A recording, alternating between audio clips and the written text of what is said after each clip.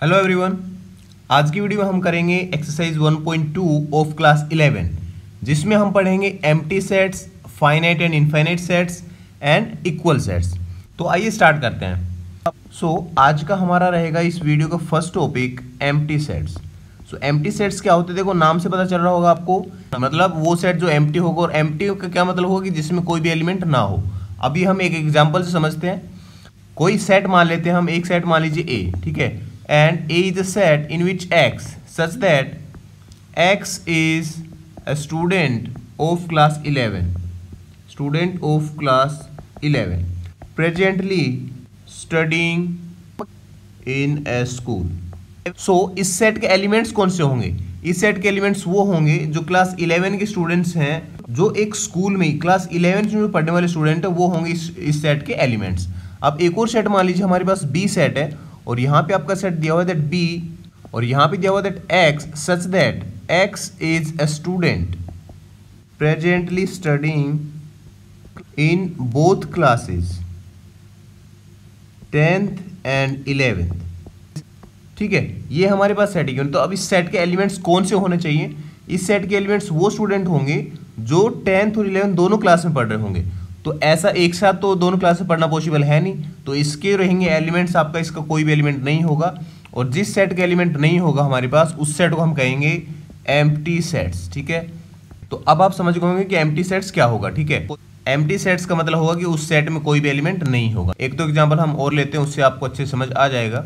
So suppose A is a set in which x such that 1 is less then x less than 2 and x belongs to natural number। यहाँ पे देखिए students, x is greater than 1, okay, and x is smaller than 2, मतलब 2 और 1 के बीच में इसकी value होगी x की। तो इसके बीच में, और हमें पता है कि x नेचुरल नंबर से बिलोंग करता है, तो 1 और 2 के बीच में क्या कोई नेचुरल नंबर है? नहीं है। इसका मतलब कि ये होगा एम्प्टी सेट। ठीक है, और हम इसको कह सकते हैं नल सेट, और इसको कह सकते हैं वॉइड सेट। ठीक है, तो ये सारे नाम इसी के हैं, empty set, null set, void set. और स्टूडेंट्स एक चीज आपको जो ध्यान रखनी है, इसको रिप्रेजेंट हम कैसे करते हैं? इसको हम रिप्रेजेंट करते हैं फाई से। एक सिंबल हमारा होता है मैथमेटिकल फाई, इससे हम रिप्रेजेंट करते हैं। या फिर ऐसे आप ब्रेसिस से इसको डिनोट कर सकते हैं, मतलब यहाँ पे अकेले हम ब्रेसिस अगर लगाएं, यूज करेंगे ब्रैकेट्स, तो ये भी डिनोट करते हैं आपका एम्प्टी सेट को। ठीक है, तो ये तो हुई हमारी एम्प्टी सेट। तो इससे रिलेटेड क्वेश्चन हम आगे एक्सरसाइज में करने वाले हैं। अब इसके बाद में जो हमारा टॉपिक रहेगा आज का, वो रहेगा finite and infinite sets. Finite and infinite sets. तो इसका भी जैसे हमें एम्प्टी सेट से पता चल गया था, थोड़ा अंदाजा लग जाता है नाम से कि एम्प्टी सेट का मतलब कोई भी एलिमेंट नहीं होगा। यहाँ पे फाइनाइट एंड इनफाइनाइट सेट्स, यहाँ भी आप नाम से इसके जो है फाइनाइट और इनफाइनाइट, उससे अंदाजा लगा सकते हैं कि ये कौन से सेट होंगे। फाइनाइट का मतलब क्या होता है? देखो हिंदी में इसको बोलते हैं सीमित, और इनफाइनाइट मतलब असीमित। ठीक है, तो फाइनाइट का मतलब होगा कि ऐसा सेट जिसमें एलिमेंट्स को हम वहाँ पे काउंट कर सकते हैं, या फिर उसको एलिमेंट्स के रिप्रेजेंट कर सकते हैं, ये इसके पर्टिकुलर एलिमेंट्स रहेंगे। या हम कह सकते हैं कि कोई अगर डेफिनेट नंबर ऑफ एलिमेंट्स होंगे कोई सेट में, तो हम उसको कहेंगे फाइनाइट सेट। ठीक है, अब आप कहोगे कि जो एम्प्टी सेट आपका है, कि एम्प्टी सेट आपका फाइनाइट होगा या इनफाइनाइट होगा। देखो एम्प्टी सेट में हमें पता है कि कोई भी एलिमेंट नहीं है, तो उसमें डेफिनेट एलिमेंट मतलब हमें पता है कि उसमें कोई भी नहीं है, तो हम उसको कहेंगे फाइनाइट सेट। सो एम्प्टी सेट्स को भी हम फाइनाइट सेट्स में इंक्लूड करेंगे। ठीक है, अब अगर हम इसकी डेफिनेशन लिखते हैं, तो हम यहाँ पे लिख सकते हैं, this is a set which is empty or consists of a definite number of elements। definite number of elements, ये डेफिनेशन आप स्टूडेंट्स एनसीईआरटी बुक है उसमें भी देख सकते हो। सो ये हो जाएगी हमारी definition, is called finite set. ठीक है, और अगर हम नहीं बता सकते कि उस सेट में कितने एलिमेंट्स हैं, या फिर इनडेफिनेट नंबर ऑफ एलिमेंट्स है, तो वो होगा हमारा इनफाइनाइट सेट। ठीक है, सो यहाँ पे हम लिख सकते हैं otherwise the set is infinite. The set is infinite. अब स्टूडेंट्स हम यहाँ पे इनके कुछ एग्जांपल लेके समझते हैं कि फाइनाइट सेट्स का कुछ एग्जांपल ले लेते हैं, और इनफाइनाइट सेट्स का कुछ एग्जांपल ले लेते हैं। देखो पहले हमें फाइनाइट सेट कर लेते हैं। अगर आपका कोई सेट है, ए सेट मान लीजिए आपका है, और x and x such that x is the day of a week. ठीक है, तो ये हमारा सेट हो जाएगा। तो इस सेट में क्या हम एलिमेंट्स फाइंड आउट कर सकते हैं? डेफिनेट नंबर होंगे, क्योंकि एक सेट में जो एक वीक है उसमें कितने डे होंगे हमें पता है, तो ये आपका हो जाएगा फाइनाइट सेट। ठीक है स्टूडेंट्स, ऐसे अगर आप कहेंगे यहाँ पे b is a set of all months of a year, तो वहाँ पे हम उसको फाइनाइट सेट कह सकते हैं, क्योंकि उसमें जो एलिमेंट्स रहेंगे उस सारे हम फाइंड आउट कर सकते हैं, ठीक है। या फिर हमें कहा जाए कोई क्वाड्रेटिक की इक्वेशन दे दी जाए, x² - 16 दे दिया मान लीजिए equals to 0, so P is a set of the solution of this quadratic equation, तो वो क्या होगा, वो ये जो P सेट होगा हमारा फाइनाइट हो जाएगा, क्योंकि इसके सॉल्यूशन हम फाइंड आउट कर सकते हैं, तो इसके हो जाएंगे डेफिनेट एलिमेंट्स, ठीक है, डेफिनेट नंबर ऑफ एलिमेंट्स। सो ऐसे सेट्स होंगे हमारे फाइनाइट। अब देखो इनफाइनाइट का मतलब क्या होगा, इनफाइनाइट का मतलब होगा कि कोई भी सेट में अगर इनफाइनाइट नंबर ऑफ एलिमेंट्स होंगे, means indefinite number of elements होंगे, तो उस सेट को हम कहेंगे इनफाइनाइट सेट। फॉर एग्जांपल, अब इनफाइनाइट सेट का एग्जांपल ले लीजिए आप, suppose A is a set of all natural numbers, all natural numbers. अब स्टूडेंट्स इस सेट को हम क्या कहेंगे कि इसके जो एलिमेंट्स होंगे कौन कौन से होंगे, 1 2 3। अब सबको तो हम इसमें रिप्रेजेंट कर नहीं सकते, मैंने आपको पिछली वीडियो में बताया था। तो ऐसे सेट्स को हम कैसे रिप्रेजेंट करते हैं, यहाँ पे लास्ट में डॉट डॉट डॉट लगा देते हैं, इसका मतलब होगा कि this set is continuing in this format, okay. और अगर ऐसे कंटिन्यू है तो इस सेट को हम कहेंगे इनफाइनाइट, मतलब इनफाइनाइट इसमें अगर ये रहेंगे एलिमेंट्स तो इसको हम कहेंगे इनफाइनाइट सेट। ऐसे आप set of integer, set of whole numbers, ऐसे आप कर सकते हैं। या फिर आपको कहा जाए set of the points on a line, तो कोई भी लाइन पे कितने पॉइंट्स होंगे, इनफाइनाइट पॉइंट्स होते हैं, ठीक है। लाइन यहाँ पे इंडेफिनेट रहती है आपकी दोनों साइड, सो इस पे भी आप पॉइंट्स को ये नहीं कह सकते कि इतने ही पॉइंट होंगे, उसको particular definite number of elements उसमें वहाँ पे हम नहीं फाइंड आउट कर सकते हैं। सो ऐसे सेट्स को हम कह देंगे स्टूडेंट्स इनफाइनाइट, ठीक है। तो ये बिल्कुल ईजी है, नाम से हमें पता चल रहा है कि कोई भी सेट में अगर उसके एलिमेंट्स हम काउंट कर सकते हैं, ठीक है, काउंटेबल है अगर means definite number of elements है, तो उसको हम कह देंगे फाइनाइट सेट, अदरवाइज वो होगा इनफाइनाइट सेट। अगर आपको एम्प्टी सेट में कंफ्यूजन है कि एम्प्टी सेट को हम कौन से सेट में इंक्लूड करेंगे, तो वो होगा फाइनाइट, बिकॉज वहाँ हमें पता है कि उसमें एक भी एलिमेंट नहीं होता है, ठीक है। सो जो एम्प्टी सेट है उसमें आपका क्या होगा कि डेफिनेट है एक काइंड ऑफ कि उसमें नंबर ऑफ एलिमेंट्स पता है हमें, ठीक है। सो ये हो गया हमारा फाइनाइट एंड इनफाइनाइट सेट्स। इसके बाद में जो आपको 1.2 एक्सरसाइज, इसका एक और कॉन्सेप्ट बचा हुआ है, वो है आपका इक्वल सेट्स। वो भी हमारा इजी है एकदम टॉपिक, वो क्या है, इक्वल सेट्स। तो इक्वल सेट्स आप समझ सकते हो स्टूडेंट्स, नाम से यहाँ भी आप क्लियर कर सकते हो इक्वल सेट्स। अगर दो सेट्स के एलिमेंट सेम है तो हम कह देंगे कि वो दोनों सेट्स इक्वल होंगे।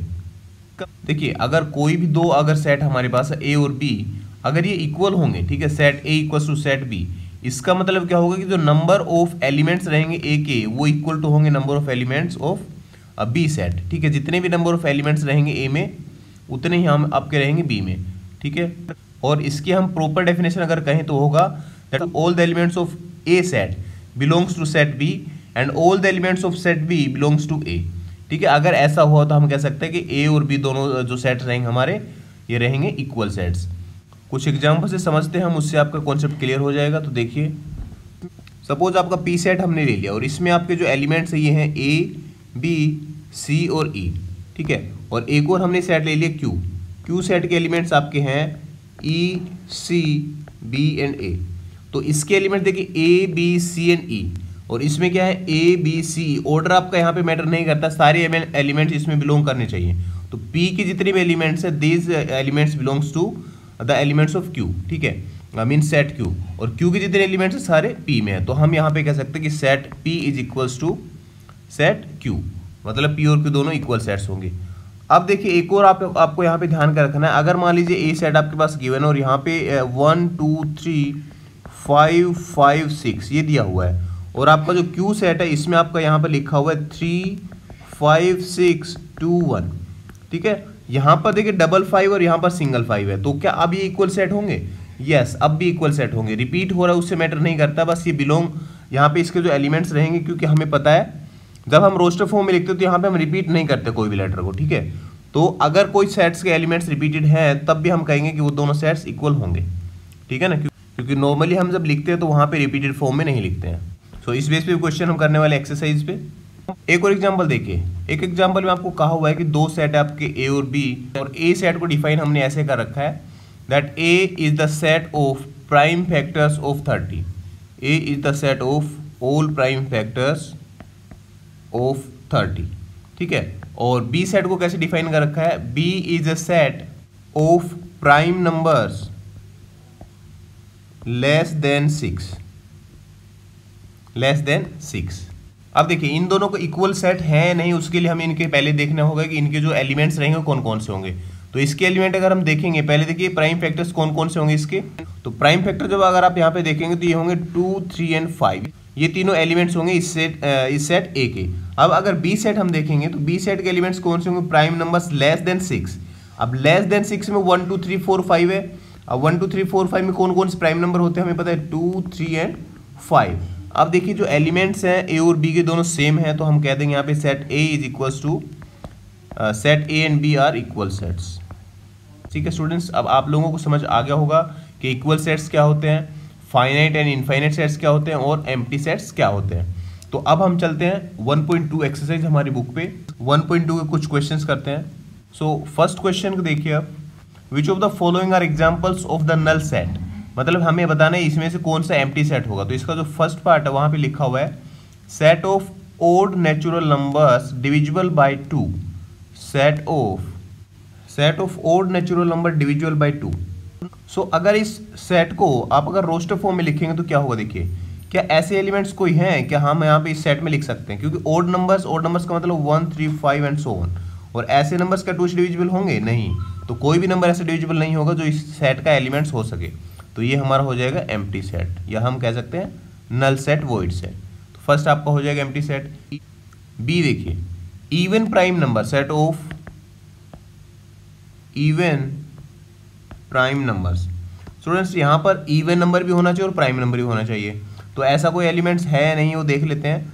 इवन प्राइम नंबर, स्मॉलेस्ट जो आपका रहेगा नंबर इवन नंबर वो होगा 2, और 2 आपका प्राइम नंबर भी होता है, तो यहाँ पर हम एक एलिमेंट यहाँ पे रख सकते हैं 2। So this is not an empty set, ठीक है। So not a null set हम यहाँ पे लिख सकते हैं, ये होगा हमारा बी पार्ट। सी पार्ट देख सकते हैं स्टूडेंट्स, अगर यहाँ बी पार्ट में आपका ये ऐड कर दिया जाता है that set of even prime numbers accept 2, अगर 2 को हम यहाँ पे इंक्लूड नहीं करेंगे तो हमारा हो जाएगा ये नल सेट, बट यहाँ पर ये कहा हुआ नहीं है कि 2 को इंक्लूड करना है या नहीं। सो यहाँ पे हम 2 को इंक्लूड करेंगे तो इसका हो जाएगा एलिमेंट, और एलिमेंट अगर एक भी आ गया इसका तो ये हमारा नल सेट नहीं होगा। अब देखिए सी पार्ट में क्या कहा हुआ, देखिए x such that x is a natural number and x less than 5 and x greater than 7, ठीक है। एक्स नेचुरल नंबर है और एक्स का जो इंटरवल वो यहाँ पर गिवन है। एक्स इज लेस देन 5 मतलब it can be 1, 2, 3, 4, x is greater than 7 मतलब 7 से ग्रेटर देन मतलब 8, 9, 10 और ये हो सकता है।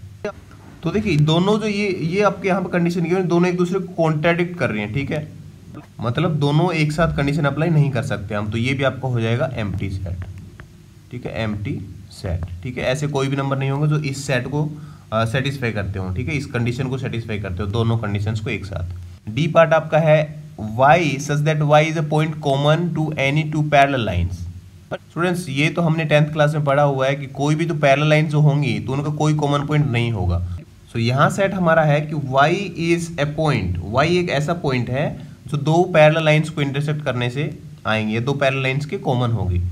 सो यहाँ पर y एक ऐसा पॉइंट है जो दोनों लाइंस में कॉमन होगा। y is a point to any 2 parallel lines, to any 2 parallel lines. तो पैरेलल लाइंस में कोई पॉइंट कॉमन नहीं होता, तो इसका मतलब ये आपका होगा एम्प्टी सेट, ठीक है, एम्प्टी सेट हो जाएगा। तो फर्स्ट क्वेश्चन आप कर लेंगे। आई थिंक कि आप लोगों को समझ आ गया होगा कि एम्प्टी सेट क्या होते हैं और उसको हम कैसे बता सकते हैं, कि पहले हम उसको फाइंड आउट करेंगे कि एलिमेंट्स हो सकते हैं नहीं, ठीक है, डिफाइन करेंगे उसको, रोस्टर फॉर्म में लिखने की कोशिश करेंगे। एलिमेंट्स अगर नहीं होंगे तो हम कह देंगे कि वो एक एम्प्टी सेट होगा। सेकंड क्वेश्चन देखिए यहाँ पे क्या कहा हुआ है, यहाँ पे फाइनाइट और इनफाइनाइट सेट्स का पूछा हुआ है कि कौन सा सेट आपका फाइनाइट होगा और कौन सा आपका इनफाइनाइट। तो ये भी स्टूडेंट्स हम देख लेते हैं, आपको जल्दी से समझा देता हूँ मैं।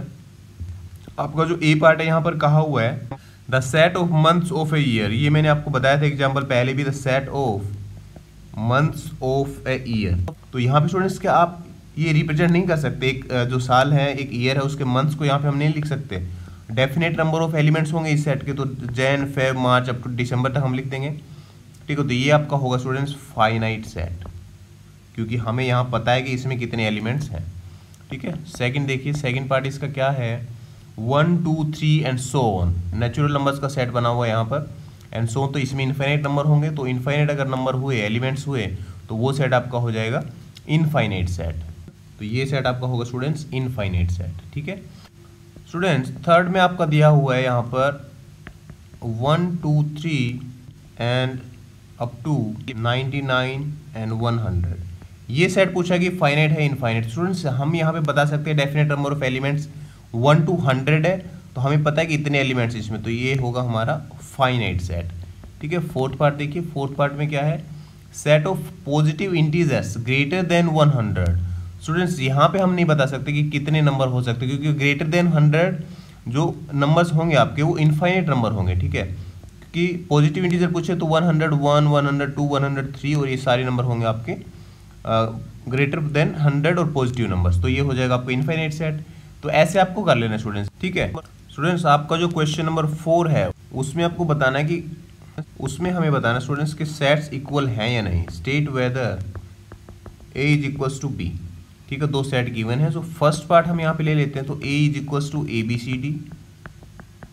सी डी, और जो बी है वो क्या इक्वल, वो किसके इक्वल है, डी सी बी ए। इसका ऐसा ही सेम एग्जांपल मैंने आपको बताया था कि एलिमेंट्स अगर सेम है, मतलब ए के सारे एलिमेंट इसमें बिलोंग करते हैं और बी के सारे एलिमेंट ए में, तो वो दोनों सेट इक्वल होंगे। चाहे तो यहाँ पे रिपीटेशन हो सकता है या फिर ये रीअरेंज हो सकता है। ठीक है, ऑर्डर डिफरेंट हो सकता है, तो वो दोनों सेट इक्वल होंगे। तो यहाँ हमारा ए बी सी डी इसमें, ए बी सी डी में इसमें है, सो ए इज इक्वल्स टू बी हो जाएगा। ठीक है स्टूडेंट्स, इसका अगर सेकंड पार्ट देखेंगे तो सेकंड पार्ट में यहाँ पे नंबर्स दिए हुए हैं तो आप इजीली कर लेंगे। थर्ड पार्ट देख लीजिए, वहाँ पे एक सेट का, वहाँ पे आपको सेट बिल्डर फॉर्म दी हुई है, तो उसमें कौन कौन से एलिमेंट्स होंगे देख लेते हैं एक बार। 4 6 8 एंड 10 आपका ए सेट है, और बी सेट आपका है x such that x is positive even integer and x is less than equal to 10। ठीक है, this is our set B. तो इसका हम पहले रोस्टर फॉर्म में कन्वर्ट कर लेते हैं। बी के कौन कौन से एलिमेंट्स होंगे देखिए, एक पॉजिटिव इवन नंबर है, तो इवन नंबर स्मॉलेस्ट आपका 2 रहेगा, 4 रहेगा, 6 8 और 10। क्योंकि x is less than equal to 10, तो हम यहाँ पे ये लिख देंगे 2 4 6 8 10।